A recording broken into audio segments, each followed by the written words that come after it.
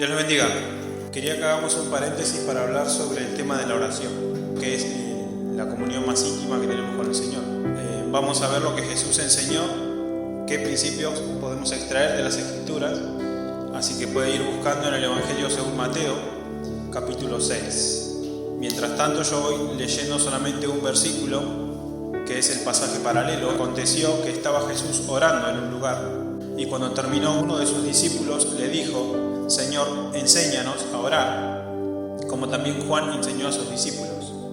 Y quizá muchas veces pensamos que la oración es algo espontáneo y que solamente Dios puede guiar en ese momento, pero según las Escrituras vemos que un discípulo le pidió a Jesús que le enseñara a orar. No le pidió aprender a hacer milagros o sanidades o cómo convertir el agua en vino, sino que le dijo que quería aprender a orar.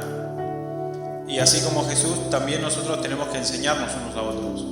Los que lideran grupos o una congregación, además de ser apoyo en la oración por las necesidades, deben también asumir la responsabilidad de brindar las herramientas para que cada hermano y hermana pueda crecer espiritualmente. Y la oración es una herramienta muy importante. Así que hoy vamos a ver primero cómo debemos orar. Vamos a analizar el Padre Nuestro, que es un pasaje muy conocido, y después vamos a ver algunos ejemplos de para qué sirve orar, cuáles son los motivos correctos, y vamos a aprender también cómo dirigirnos a Dios tomando ejemplos de lo que la Biblia enseña. Hebreos capítulo 12 dice que somos hijos de Dios y nosotros sabemos que debemos ser hijos de Dios para poder pronunciar Padre Nuestro con un corazón sincero. Entonces debemos comportarnos como hijos obedientes y maduros para conocer la voluntad de Dios y aceptarla, ya sea que la respuesta a nuestra oración fuese positiva o negativa. Porque el Señor al que ama disciplina y azota a todo el que recibe por hijo. Si soportáis la disciplina, Dios os trata como a hijos. Porque ¿qué hijo es aquel a quien el Padre no disciplina? Pero si se os deja sin disciplina, de la cual todos han sido participantes, entonces sois bastardos y no hijos. Por otra parte, tuvimos a nuestros padres terrenales que nos disciplinaban y los venerábamos. ¿Por qué no obedeceremos mucho mejor al Padre de los Espíritus y viviremos? Y aquellos ciertamente por pocos días nos disciplinaban, como a ellos les parecía, pero para lo que nos es provechoso, para que participemos de su santidad. Entonces la disciplina que recibimos de parte del Señor es para ir perfeccionándonos y haciéndonos cada vez más parecido a Cristo. Hay ciertas cuestiones o requisitos que debemos cumplir para saber que nuestras oraciones van a ser aceptadas por Dios. Jesús enseñó que no debemos ser hipócritas, que no debemos tener la intención de mostrarnos frente a los demás o creernos mejores que otros. Con su ejemplo, enseñó que debemos orar al Padre en el lugar secreto, a solas, porque Él conoce lo más íntimo de nuestro ser. Leemos entonces en Mateo capítulo 6, a partir del versículo 5. Y cuando ores, no seas como los hipócritas, porque ellos aman el orar en pie, en las sinagogas y en las esquinas de las calles, para ser vistos de los hombres. De cierto os digo que ya tienen su recompensa. Mas tú, cuando ores, entra en tu aposento y cerrada la puerta, ora a tu Padre que está en secreto, y tu Padre que ve en lo secreto te recompensará en público. El lugar secreto es cualquier lugar. Debe haber una comunión íntima con Dios al momento de orar. No es necesario estar arrodillado o postrado al suelo, ni de pie, sino que simplemente es necesario cerrar la puerta del corazón para que no entre nada que intente afectar ese momento de comunión. El versículo 7: y orando no uséis vanas repeticiones, como los gentiles, que piensan que por su palabrería serán oídos. Y qué importante es entender esto. Jesús enseña que no es necesario tener un buen léxico o buscar palabras difíciles o repetir una y otra vez frases aprendidas de memoria. Quizá no sabemos qué decir y para rellenar vamos repitiendo frases para parecer más espirituales. Pero eso no cambia nada porque Dios conoce las intenciones de nuestro corazón. Versículo 8 dice: no os hagáis pues semejantes a ellos, porque vuestro Padre sabe de qué cosas tenéis necesidad antes que vosotros le pidáis. Observemos que dice: sabe qué necesitamos antes de que le pidamos. No dice que no le pidamos, sino que dice que ya lo sabe, pero claramente se lo tenemos que pedir. Versículo 9 dice: vosotros pues oraréis así: Padre nuestro que estás en los cielos, santificado sea tu nombre.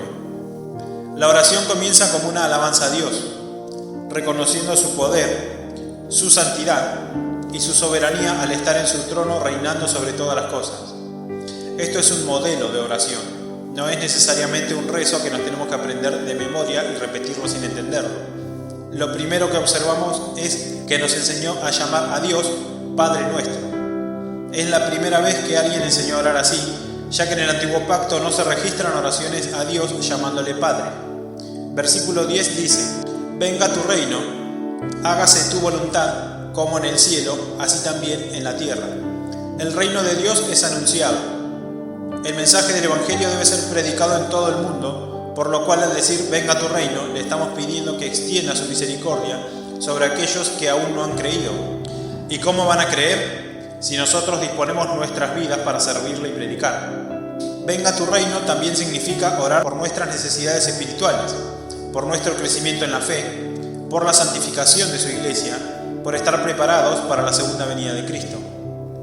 Dios es soberano, por eso hágase tu voluntad, tanto en el cielo como en la tierra.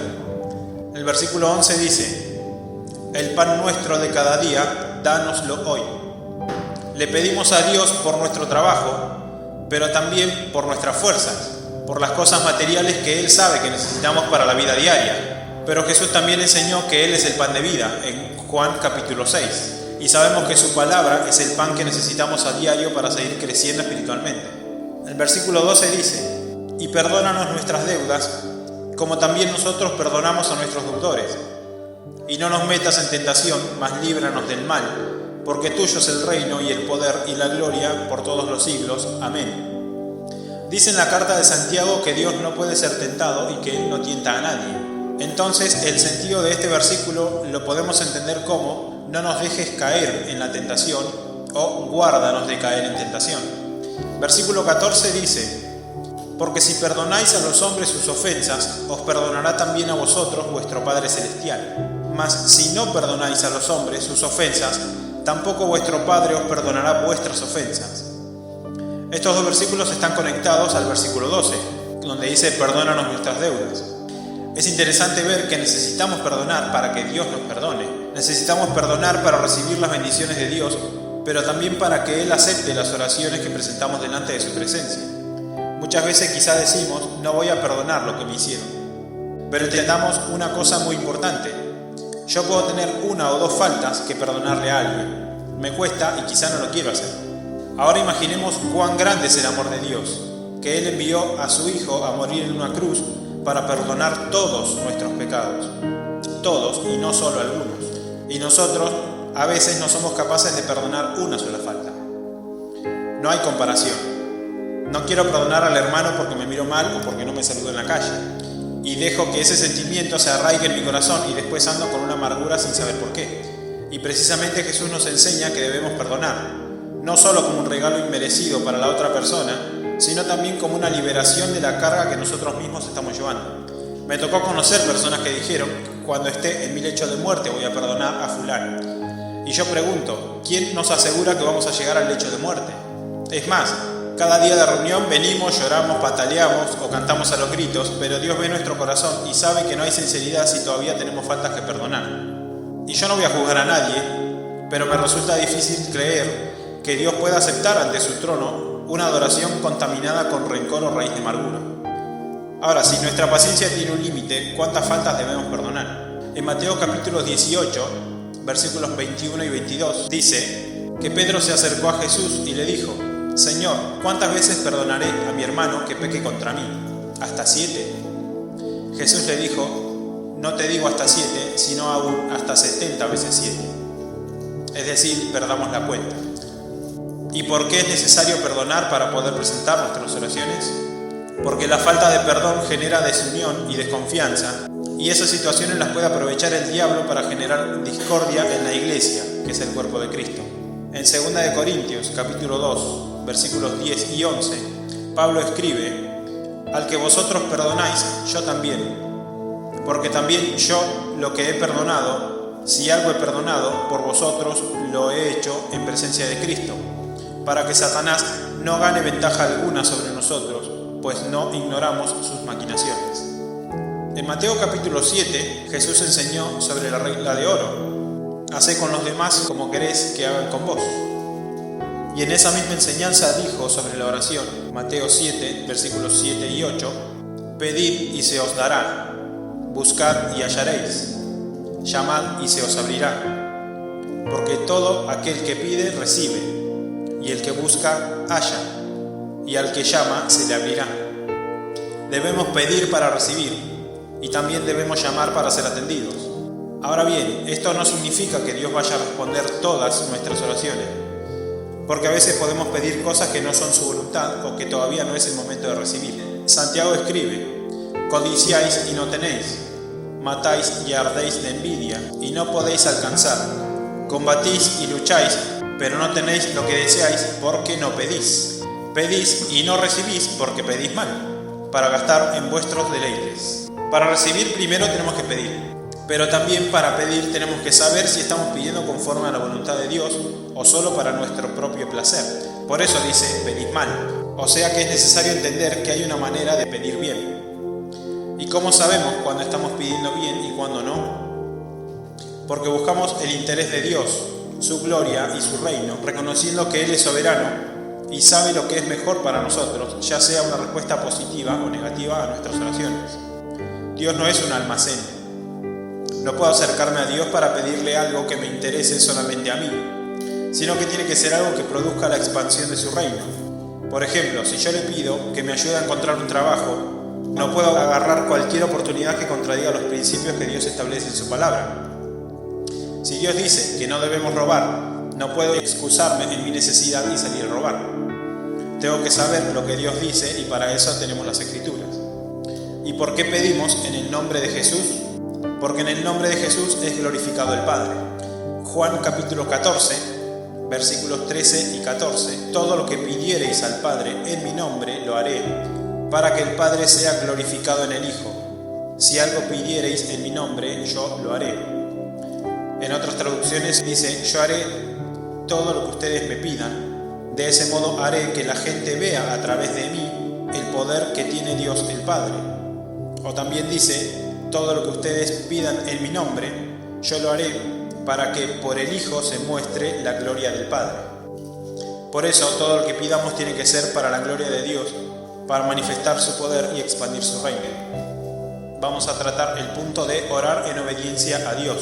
Quizás algunas veces podemos pensar que no pasa nada si le pido algo a Dios y no estoy a cuentas con Él.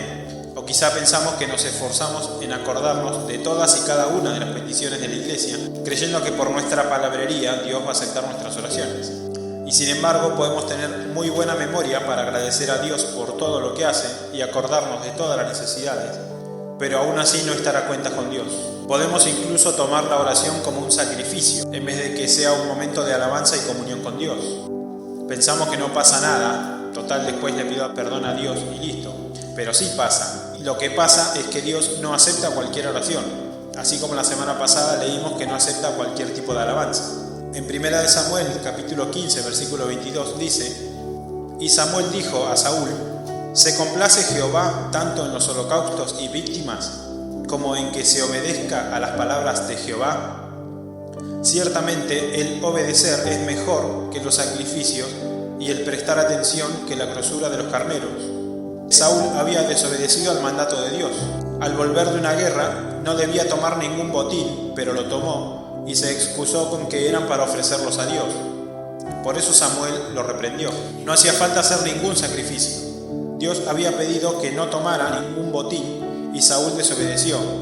Y de ese botín presentó un sacrificio, el cual Dios no iba a aceptar porque no había mandado. Por eso también Jesús enseñó que debemos guardar sus palabras obedeciendo así la voluntad de Dios.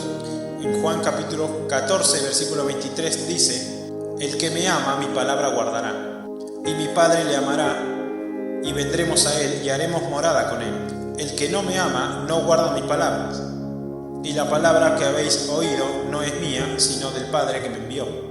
Quizás algunas veces, o muchas, no entendamos la voluntad de Dios, pero eso no nos da permiso para desobedecer. En la carta a los Hebreos, capítulo 11, encontramos muchos ejemplos de distintos personajes que obedecieron por fe a Dios, aun cuando no entendían lo que hacían. Noé, cuando fue advertido por Dios acerca de las cosas que aún no se veían, con temor preparó el arca en que su casa se salvase, y por esa fe condenó al mundo, y fue hecho heredero de la justicia que viene por la fe. Por la fe Abraham, siendo llamado, obedeció para salir al lugar que había de recibir como herencia, y salió sin saber a dónde iba. Ahí tenemos ejemplos de la obediencia a Dios aun cuando no entendemos su voluntad. Es necesario también orar con fe, con la completa confianza en Dios, sabiendo que para Él nada es imposible.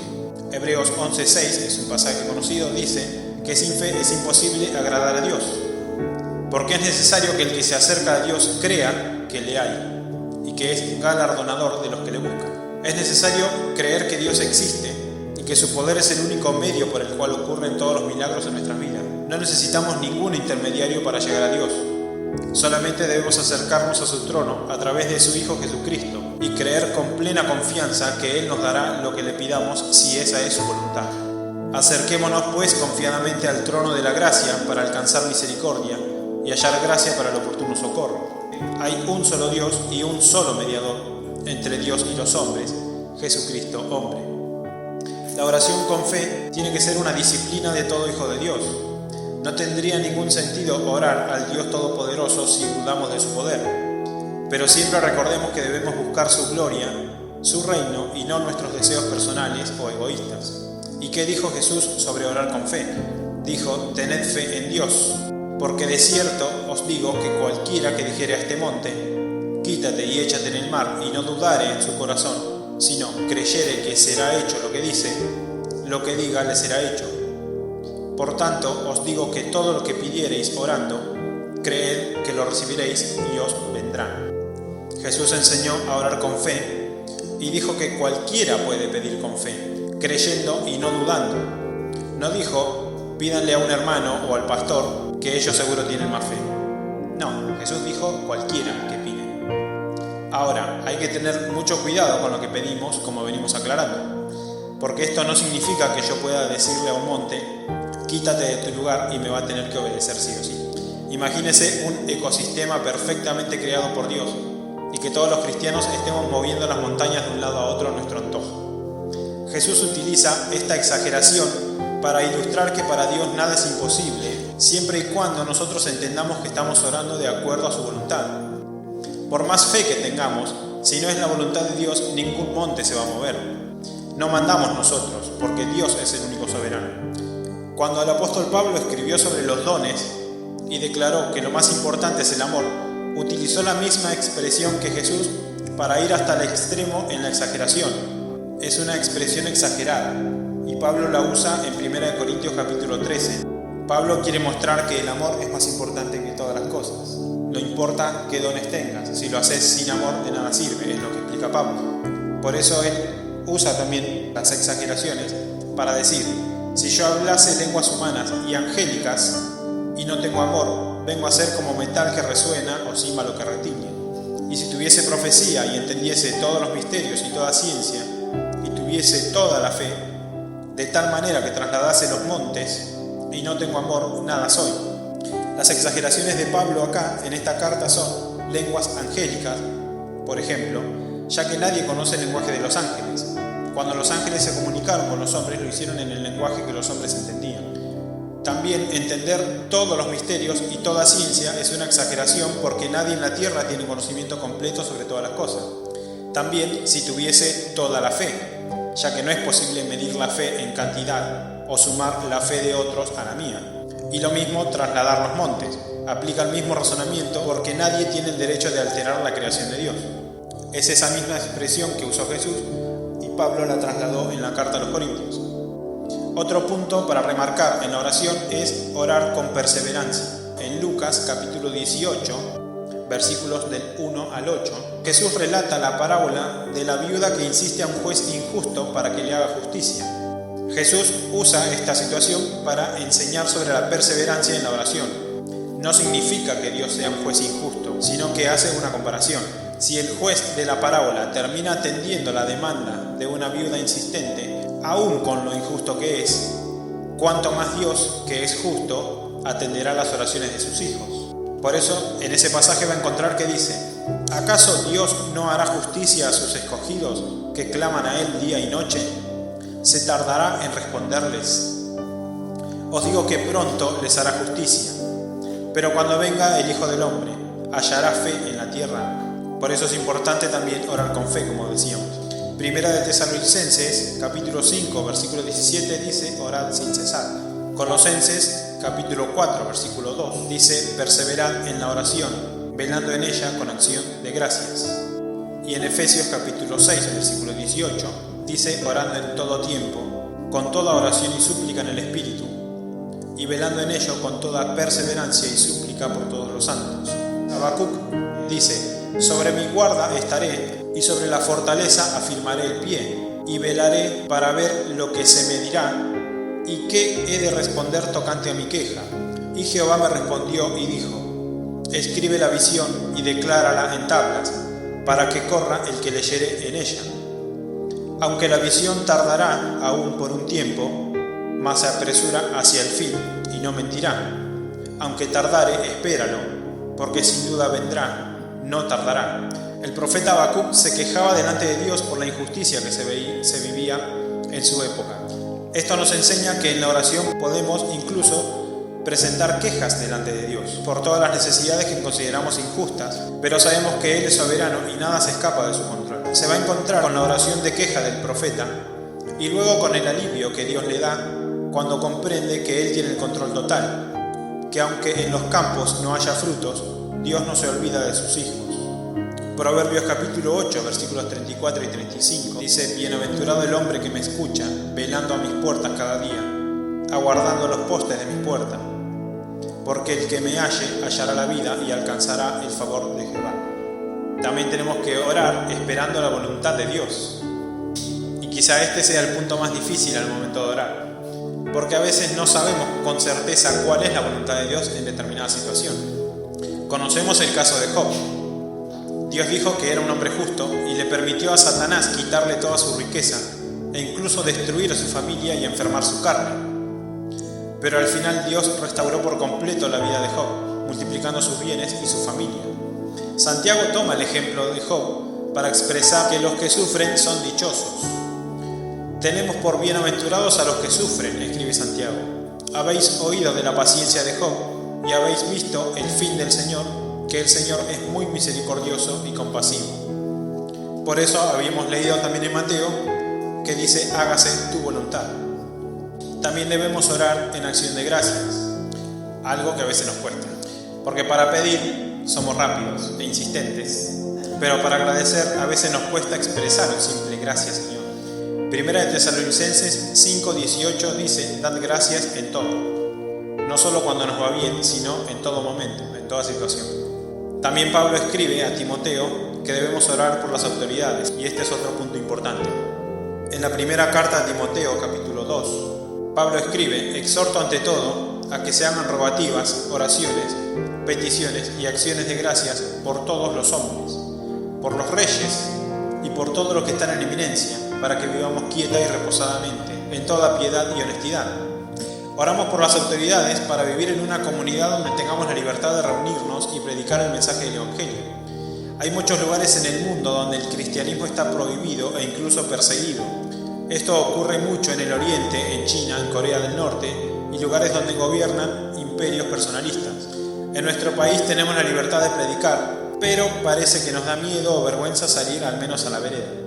¿Cuántos lugares querrían tener esa libertad que nosotros tenemos y no aprovechamos? Y orar por todos los hombres, porque esto es bueno y agradable delante de Dios nuestro Salvador, el cual quiere que todos los hombres sean salvos y vengan al conocimiento de la verdad. Dios quiere que todos los hombres lleguen al conocimiento de la verdad y sean salvos. Eso es lo que quiere, aún sabiendo que muchos van a rechazar el mensaje del Evangelio. Pero para que reciban ese mensaje es necesario escucharlo de parte de la Iglesia de Cristo, porque ¿cómo pues invocarán a aquel en el cual no han creído? ¿Y cómo creerán en aquel de quien no han oído? ¿Y cómo oirán sin haber quien les predique?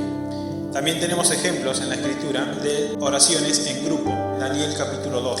En Babilonia, el rey Nabucodonosor tuvo un sueño que lo perturbó, pero aún así lo olvidó. Llamó a los magos, encantadores y astrólogos para que le revelaran qué había soñado y su significado, pero como no supieron responderle, el rey mandó quitarles la vida a todos los sabios. El profeta Daniel y sus amigos también cayeron bajo el mandato de ser muertos, pero Daniel pidió que se le diese tiempo para darle una respuesta al rey, así que se reunió con sus compañeros y comenzaron a clamar juntos. Daniel capítulo 2 versículo 17 dice: Luego se fue Daniel a su casa e hizo saber lo que había a Ananías, Misael y Azarías, sus compañeros, para que pidiesen misericordias del Dios del cielo sobre este misterio del sueño del rey, a fin de que Daniel y sus compañeros no pereciesen con los otros sabios de Babilonia. Entonces el secreto fue revelado a Daniel en visión de noche, por lo cual bendijo Daniel al Dios del cielo. Una vez que Daniel reveló el sueño al rey y su interpretación, el rey no ejecutó la orden de muerte sobre ninguno. Ya para terminar, puede anotar que en Daniel capítulo 9 se encuentra la oración de confesión de los pecados del pueblo. Lo mismo en Segunda de Crónicas capítulo 6 está la oración de Salomón por la dedicación del templo.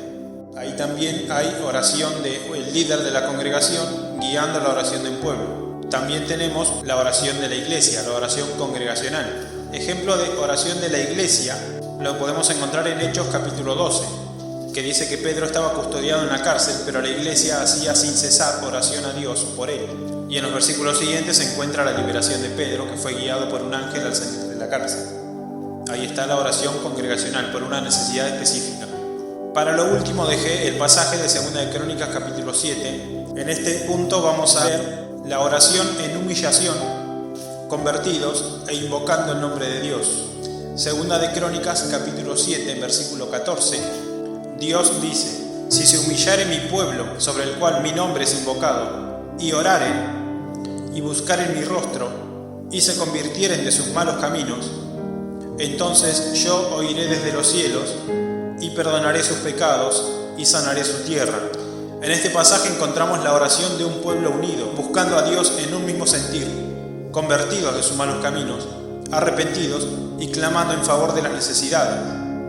La promesa de Dios es clara: Él oirá desde los cielos, perdonará los pecados y traerá sanidad.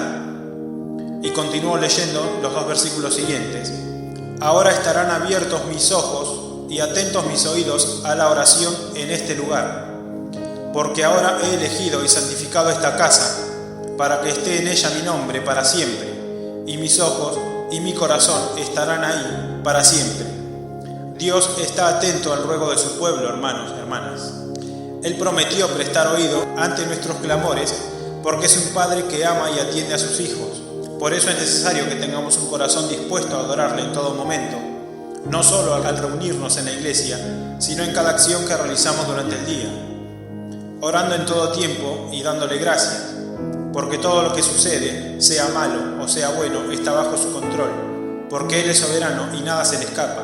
Solo somos nosotros quienes debemos entender la voluntad de Dios y buscarla a diario. Y en el nombre del Señor Jesús, que Dios los siga bendiciendo.